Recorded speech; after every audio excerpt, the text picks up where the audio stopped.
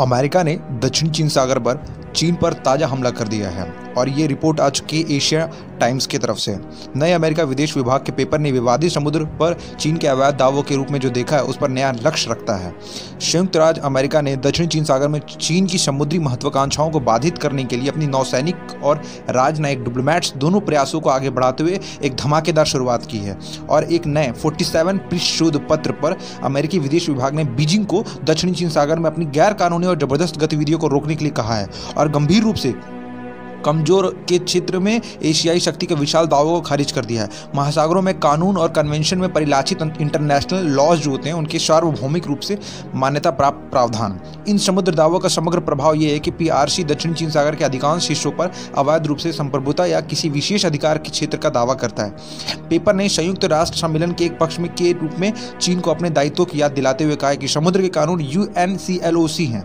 जबकि अमेरिकी सीनेट विशेष रूप से रिपब्लिकन सदस्यों ने इसके अनुसमर्थन का विरोध किया। अमेरिकी सरकार और पेंटागन के इसके प्रासंगिक प्रावधानों को प्रातगत अंतर्राष्ट्रीय कानून के रूप में देखा जा रहा है। अमेरिकी विदेश विभाग का विस्तृत कानून विश्लेषण पिछले एक दशक में तैयार किया गया। अपनी तरह का तीसरा प्रमुख दस्तावेज है ये, जिसमें चीन के अस्पष्ट रूप से परिभाषित 9 डैश लाइन जो 9 डैश लाइन होती हैं उसके साथ ही 2020 की नीति वक्तव्य पर एक समान शीर्षक वाला पेपर शामिल है। तेजी से विकसित हो रहा दक्षिण चीन सागर विवादों पर अमेरिका की स्थिति पर पूर्व विदेश मंत्री माइकल पोम्पियो द्वारा अमेरिका ने हाल ही में निम्न श्रेणी के विमान पोतक USS कॉल विशिंग और वार्श क्लास USS के एसेक्स के नेतृत्व में 2 नौसैनिकों को हमले समूहों को इस क्षेत्र में तैनात कर दिया था। सैन्य ताकतों के साथ अपनी नवीनतम कानूनी आलोचनाओं का समर्थन भी किया था। इसने महामारी के दौरान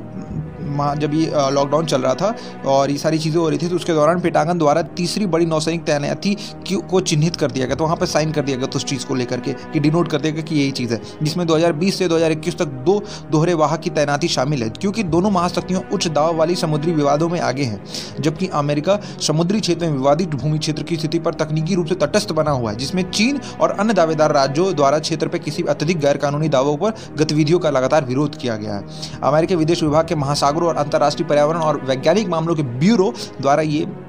एक मसौदा तैयार किया गया कि वाशिंगटन का नवीनतम कानूनी विश्लेषण, जिसका शीर्षक समुद्रों सीमाओं से समुद्र है, 4 प्रमुख मोर्चों पर चीन के दावों पर और गतिविधियों पर शून्य है। सबसे पहले यह चीन की संप्रभुता के दावों पर सवाल उठाता है। क्यों? क्योंकि दक्षिणी चीन सागर में 100 से अधिक विशेषताओं जो उच्च ज्वार में समुद्र की सतह के नीचे जलमग्न है, किसी भी राज्य के क्षेत्रीय समुद्र की वैध सीमा से परे हैं, जैसा कि 2016 में हैग में 2016 के मध्यस्थ न्यायाधिकरण के फैसले द्वारा स्पष्ट किया गया था, जिसमें दक्षिणी चीन सागर में कम ज्वार की ऊंचाई पर चीन के दावों के थोक को रद्द कर दिया था। अमेरिका विदेश विभाग की रिपोर्ट ने जोर दिया है कि कैसे एच के दावे अंतर्राष्ट्रीय कानून के साथ असंगत हैं, जिसके तहत इस तरह की विशेषताएं एक वैध संप्रभुता के दावे के अधीन नहीं है। यह एक प्रादेशिक समुद्र जैसी समुद्री क्षेत्र में बनाने में सक्षम है। दूसरा रिपोर्ट में ही बोला गया है कि द्वीप समूह बनाने के लिए दक्षिणी चीन सागर में महासागर अंतरिक्ष के विशाल क्षेत्रों के भीतर द्वीपों, जल और जलमग्न सुविधाओं को घेरने के रूप में सीधी आधार रेखा है कि आज चीन के रोजगार पर सवाल उठाती है, अर्थात डोगाशन कुंडाओं और जिगास कुंडाओं, जुजगास कुंडाओं, नशगा कुंडाओं अपने स्वयं के विशिष्ट पूर्ण समुद्री अधिकारियों के साथ है। इस समुद्री अधिकारी का नाम है फोरशा सिद्धांत के रूप में फोरशा लॉ जो है उसके बेस पर के रूप में बेहतर जाना जाता है। चीन के अलग अलग द्वीपों के कथित द्वीप समूह में क्लाटरिंगन की भारी आलोचना की गई और यहाँ तक कि स्वतंत्र फ्री जो लॉज होते हैं उनके जो साइंटिस्ट होते हैं द्वारा उपहास भी किया गया। अमेरिकी विदेश विभाग के शब्दों में ना तो UNCLOS ना और ना ही प्रथागत अंतर्राष्ट्रीय कानून एक का अलग निकाय है चीन की स्थिति का समर्थन करता है। वो पूरे द्वीप समूहों को सीधे आधार रेखा के भीतर घेर सकता है। तीसरा पेपर ये कहता है, मैं सारे पेपर के एनालिसिस आपको बता रहा हूँ एशियन टाइम के अकॉर्डिंग। तीसरा पेपर ने चीन के समुद्री अधिकार क्षेत्र के दावों की भी आलोचना की है, जिसमें मूल्यांकन अंतर्राष्ट्रीय कानून के साथ असंगत है। उदाहरण के लिए चीन ने दक्षिणी चीन सागर में कृत्रिम रूप से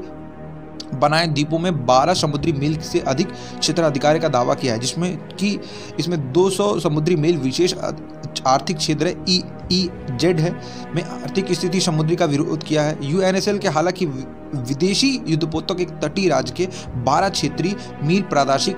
समुद्र के भीतर निर्दोष मार्ग का अधिकार प्रदान करता है और अधिक व्यापक रूप से नेविगेशन की स्वतंत्रता, जिसमें इसके EEZ में निगरानी और अभ्यास भी शामिल हो सकते हैं। और लास्ट में पेपर में दक्षिणी चीन सागर में चीन के ऐतिहासिक अधिकारों के दावों पर अमेरिका के साथ साथ 2016 हेंग सत्तारूढ़ के रुख को दोहराया है। जो वहाँ का सत्तारूढ़ पार्टी है उसका जो रुख था उस चीज़ को भी इन्होंने दोहराया, जिसमें पेपर में कहा गया कोई कानूनी आधार नहीं है और चीन द्वारा विशिष्टता के बिना जोर दिया गया है। दावा किया गया है कि ऐतिहासिक अधिकारों की प्रकृति क्या भौगोलिक सीमा है और एक मैप भी इनकी तरफ से दिखाया गया, चीन का 9 डैश लाइन का दावा, ठीक है। और ये भी आपके स्क्रीन पर फ्लैश हो रही होगी। तो 2014 में अमेरिकी विदेश विभाग ने एक और समुद्र में सीमाएं विस्तृत कानून विश्लेषण जारी किया था, जिसमें कथित ऐतिहासिक अधिकारों के द्वारा आधार पर चीन के 9 डैश लाइन का दावों की अस्पष्ट और गलत परिभाषित प्रकृति पर भी सवाल उठाया था। 2020 में डोनाल्ड ट्रंप प्रशासन ने दक्षिणी चीन सागर समुद्री सागर विवाद पर भी एक नीति वक्तव्य जारी करके चीन के विस्तारक दावों की कानूनी वैधता पर सार्वजनिक रूप से सवाल खड़ा किए थे और महत्वपूर्ण रूप से परोक्ष रूप से मनीला और एक संधि सहयोगी चीनी पर दावा को पुष्टि की थी। फिलीपींस के EEZ और महाद्वीपीय स्लेव के भीतर कम ज्वार की ऊंचाई को पुनः प्राप्त कर रहा है। अपने हाई प्रोफाइल नीति वक्तव्य में पोम्पियो ने बीजिंग के फिलीपींस मत्स्य पालन और उन क्षेत्रों के भीतर अपतटित ऊर्जा विकास या उन संसाधनों का दोहन करने के लिए किसी भी एक तरफा PRC कार्रवाई के लिए खिलाफ चेतावनी दी है और ऐसा ना हो कि आपसी रक्षा क्षेत्र और रक्षा संधि दायित्वों को सक्रिय कर सके। कुल मिलाकर अमेरिकी विदेश मंत्री जो एंटनी ब्लिंकन है दक्षिणी चीन सागर पर अपने पूर्वोत्तरी के सख्त रुख को जारी रखा है और जिसमें विदेश विभाग द्वारा अभी तक चीन के विस्तृत दावे की सबसे विस्तृत कानूनी आलोचना जारी करना शामिल किया है। जो बाइडेन प्रशासन ने अपने पूर्ववर्ती के फ्रीडम ऑफ नेविगेशन कॉरपोरेशन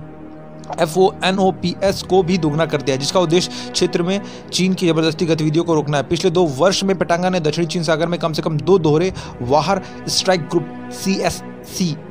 अभ्यास किए। पिछले अक्टूबर में USS कार्ल विंगन्स CNC ने क्षेत्र में जापान के मिनी कैरियर JS कागा के साथ संयुक्त अभ्यास किया था। ये चीन के अपने अभूतपूर्व 4 समुद्र समन्वित नौसैनिक अभ्यास के जवाब में देश के सभी निकट समुद्री में पीले सागर और बोहुई सागर से लेकर पूर्वी और दक्षिणी चीन सागर तक के लिए आए थे। पिछले